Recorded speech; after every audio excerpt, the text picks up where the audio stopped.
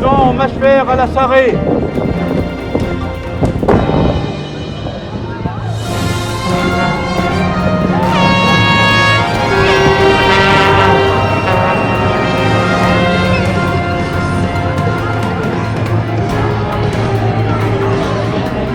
Aucun problème.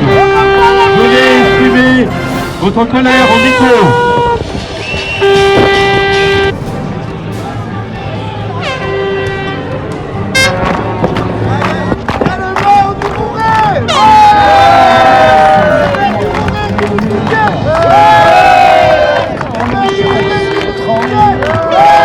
De l'eau, et nous savons tous que l'eau c'est le premier porteur, le premier facteur de pollution, et on nous indique bien évidemment que toutes les précautions seront prises. Nous avons du mal à y croire, nous n'y croyons pas en réalité, parce que nous savons très bien, et monsieur le maire de Bar-sur-Loup vient de le signifier, l'eau est quand même l'élément majeur que nous devons protéger. Bien entendu, l'eau et l'air sont des choses qui nous appartiennent tous, et on ne peut pas comprendre qu'il y ait une appropriation industrielle de ces deux éléments qui sont nécessaires à la qualité de vie de l'ensemble des habitants de ce territoire.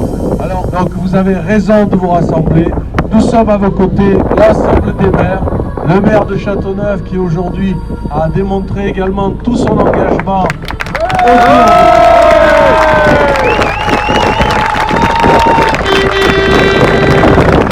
autour, avec et contre ce projet.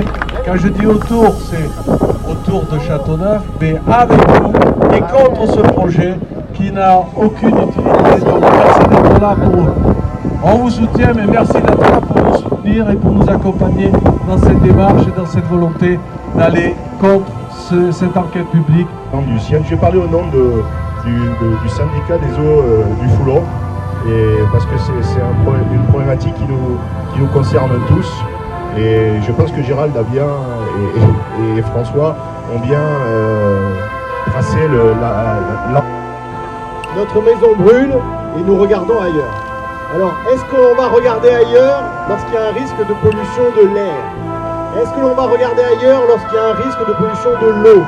Est-ce qu'on va regarder ailleurs lorsqu'il y a un risque de pollution des sols? Est-ce qu'on va regarder ailleurs lorsqu'il y a des nuisances olfactives? Est-ce qu'on va regarder ailleurs alors qu'il y a des nuisances sonores? Est-ce qu'on va regarder ailleurs s'il y a des risques d'accident sur ce rond-point et sur cette route? C'est ça la question de fond qu'il faut que l'on se pose. Et qu'a-t-on appris au cours de ces 20 dernières années? C'est pour ça qu'il faut qu'on soit aujourd'hui rassemblés. Et moi je suis heureux qu'on soit aussi nombreux aujourd'hui. Je ne m'attendais pas à ce qu'il y ait autant de monde sur ce rond-point. Merci Manu, merci François, maire de Bar-sur-Loup, merci Gérald Lombardo, maire du Rouret, merci Richard Thierry, maire de Côme, merci le maire de Sibillère, Gilbert qui est arrivé, et toutes les communes de ce territoire qui se mobilisent pour dire c'est pas un refus de la modernité, c'est pas un refus du progrès, c'est de dire qu'il faut qu'on préserve notre environnement, il faut qu'on préserve cette zone naturelle, parce que les conséquences, une fois que la décision est prise et une fois que ce type de projet se met en place, les conséquences sont irréversibles. Et que va-t-on laisser à nos enfants et à nos petits-enfants derrière? Voilà pourquoi on est là aujourd'hui. Donc moi je voulais vous témoigner ma solidarité. Le collectif voulait ce rassemblement apolitique et pacifique. Le collectif vous remercie tous de votre attitude et compréhension. Ce qui est devant nous, le projet Mathilde, n'a pas de couleur bleu, blanc ou rouge. Il n'a que la couleur de la bêtise si celle-ci en avait une couleur.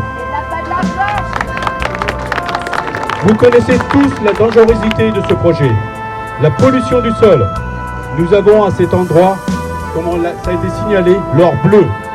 Une nappe d'eau reconnue comme une des plus grandes réserves d'eau d'Europe. D'ailleurs, et je crois que c'est la force de ce mouvement qui rassemble à la fois les élus, à la fois les associations, à la fois les habitants.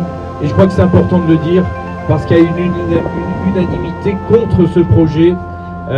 15 associations sur 16 se sont exprimées de manière forte, claire, avec une voix unanime, unie autour du rejet massif de cette idée. Je salue cette initiative, je salue ce rassemblement aujourd'hui. Merci au maire de Châteauneuf, ici dans ce lieu névralgique de Châteauneuf-de-Grasse. Collectivité, administration, même si elles ne sont pas forcément ici présentes, les associations, les entreprises, même si aujourd'hui elles sont fortement questionnées, mais sachez qu'elles ont un cahier des charges qui définit, avec les administrations et avec les élus.